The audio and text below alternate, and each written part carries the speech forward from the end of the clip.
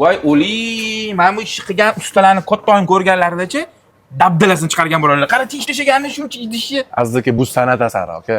Xullas, butun dunyoga dong ketayotgan Buxoroda bo'layotgan Binalini bizga haqqoniy, chiroyli obzor qilib beramiz. Faqat videolar emas, nima haqida, ma'lumotlar bilan, ma'lumoti bilan. Yana bitta ma'lumot. Food blogerlarning orasida faqat biza bunaqa art obyektlarni obzorini qilyapmiz. Eng bekorchisi o'zimiz ekan. San'atni va tarixni yaxshi ko'radiganlar yaqinroq kelib olinglar. Sizlar uchun qiziq ma'lumotlar bo'ladi. Shunchaki reels ko'radiganlar tepaga chiqarib olsanglar ham bo'laveradi. Hindistonlik shef-povar Gupta ziravorlardan ilhomlanib, ana mana shu taqir-tuqirlardan qilingan binoni o'ylab topgan ekan. Azizlar, xush kelibsizlar. Hozir biz 12-asrda barpo etilgan birinchi O'rta Osiyodagi musulmonlar masjidi turibmiz. Binalini aynan shu joydan boshlaymiz. Lekin eng qiziq joyini aytib beraman. Bir vaqt o'zida o'sha paytda 3 ta din vakili bu yerda o'zining ibodatlarini qilgan, ya'ni yevreylar, zardushtiylar va musulmonlar. Bu yerda ko'rib turgan narsalar Buxoroning birinchi xaritasi. Endi davomini ko'ramiz. Shu insonning bobosi Buxoro amirining shaxsiy oshpazlaridan biri bo'lgan ekan. Bu odam hozir Buxoro kuxnyasi haqida, o'sha amirga qanaqa ovqatlar qilingan haqida gapirib beryaptilar. Umuman bu binoga kirganinglarda Buxoro to'ylari, Buxoro oshxonasi haqida deyarli hamma ma'lumotlar gapirib o'tishgan. Ulardan tashqari bu bino qanaqa restavratsiyalarni ko'rib o'tgani haqida ham gapirib o'tilgan. Yana bitta qiziq fakt, 20-asr boshlarida mahalliy aholi bu binoni o'ziga turpoq bilan ko'mib bekitib qo'yishgan ekan. Sababi ruslar bosqinida ko'p masjidlarni, ko'p madrasalarni yo'q qilishgan sababi bu eng qadrli, eng eski masjidlardan bo'lgani uchun saqlab qolish maqsadida turpoq bilan bekitib ko'mib qo'yishgan ekan. 60-yillargacha yaqin bu bino ko'milib yotilingan. Sovet ittifoqi paytida arxeolog Shishkin degan inson bu masjidda topilganda ko'lab eski fundamentini ochib ko'rsatib bergan ekan. Zardushtiylar dini paytdan qolgan fundament ustida o'sha masjid davom etilgan. Bu yerdagi 3 ta installyatsiyada qozog'istonlik Aysultan Seyit juda ham chiroyli narsani ifoda etgan ekan. Ya'ni ruhiyatda 3 ta holati, qaysi holatda qanday o'zimizda yuragimizda xastaliklarni, ruhiyatimizni his qilishimiz. Buni kelib bir minutdan bo'lsa ham har birini ko'rib chiqqaninglar maqsadga muvofiq bo'ladi. Orqamda turgan installyatsiyani ko'rasizlarmi? Bu Mo'g'ul shamanining 7 ta sirli eshigini belgisi ekan. Bilasizlar, ular otlarni yaxshi ko'radi, muqaddas hisoblashadi va shuning uchun ot tuyoli sochlaridan shunaqa chiroyli dekoratsiya yasab qo'yishibdi. Har bir odam ichida o'zini oriqlari, o'zini hissiyotlari bo'ladi. Hozir men turgan installyatsiya ham braziliyalik bitta san'atkorni o'zini orig'ini ko'rinishi. U o'zini orig'ini shunaqa kosmos tarzida ko'rar ekan. E'tibor beringlar musiqaga. Musiqa ancha dardlarni davolay olish xususiyatiga ega, bilasizlar. Bu installyatsiyani litvalik san'atkor yaratgan ekan. Ibn Sinoni ishlaridan ilhomlanib. Bu ko'rayotgan narsalar o'tfe ekan. Odam siqilganida, qanaqadir depressiyaga kirganida o'tfe aynan shunaqa qora rangga kirar ekan va musiqa buni davolay olar ekan.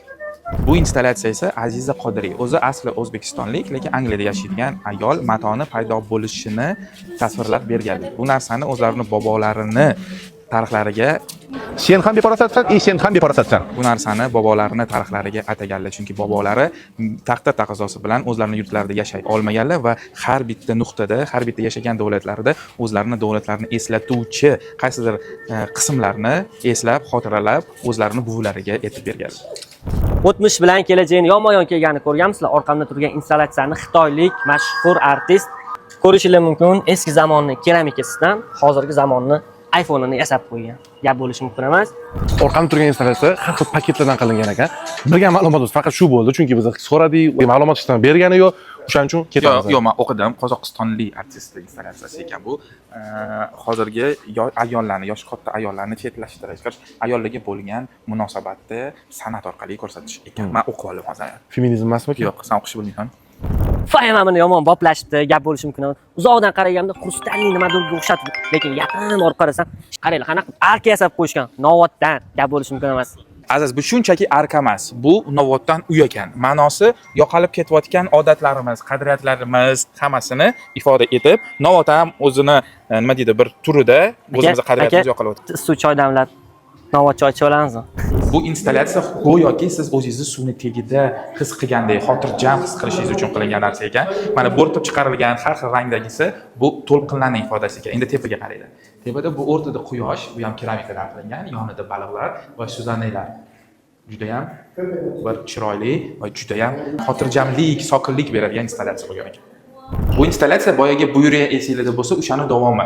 Ya'ni insonni dardini, ichidagi bor hissiyotlarini shu yerga gapirasizlar va bu o'sha buyruqda musiqa tarzida chiqadi. Tasavvur qilinglar, bu isbotlangan, tekshirilgan narsa. Hozir bu yerga gapirsam, dardlarimni u yoqqa musiqa bo'lib boradi. Bu tojikistonlik artistni installyatsiyasi ekan. Bu hamma narsa misdan qilingan. Ya'ni ayollar mehmondorchilikdan kelgan, hamma yoniga yig'ishtirib, bemalol o'tirib, suhbatlashishini, dilini yoyishini ifoda etgan installyatsiya ekan. Bu hammasi mis. Bu installyatsiya esa juda ham mashhur dizayner koreyalik Kim installyatsiyasi ekan. Laylaklar nimani ifodasini beradi? Buxoroda bir paytlar laylaklar bo'lgan ekan va u laylaklar tabiiy ofatlar, tabiat o'zgarishi tufayli uchib ketgan ekan, qaytib keladi degan umidda. Va nimaga har bitta xona material qilingan? Chunki koreyaliklar juda ham ko'p o'sha paytlarda ko'chmanchi bo'lgan. Urushlar sababli koreyaliklar juda ham ko'p uydan uyga, yerdan yerga ko'chishgan va shu sababdan bu hamma narsa go'yoki bitta bog'chani ifoda etar ekan. Ushbu installyatsiya Falastin, G'azodagi qadimgi hammom bor ekan, juda ham mashhur. O'shani naqshi ekan. O'sha g'azolik artist kelib, mana shuni o'z qo'llari bilan qilgan ekan, saqlab qolish uchun. Afsuski, u hammomning originali hozirgi kunda bombalar tushish oqibatida yo'q bo'lib ketgan ekan. O'sha narsani saqlab qolish maqsadida kelib, o'sha uzorni birga bir qilib mana bitta yasashgan ekan.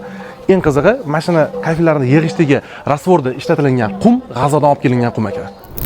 Imkon qadar to'liqroq ma'lumot berishga harakat qildik, lekin bu to'liqona ma'lumot emas. Sababi juda ham ko'p, yana boshqa installyatsiyalar bor, lekin sizda kelib ko'rish imkoniyati bor.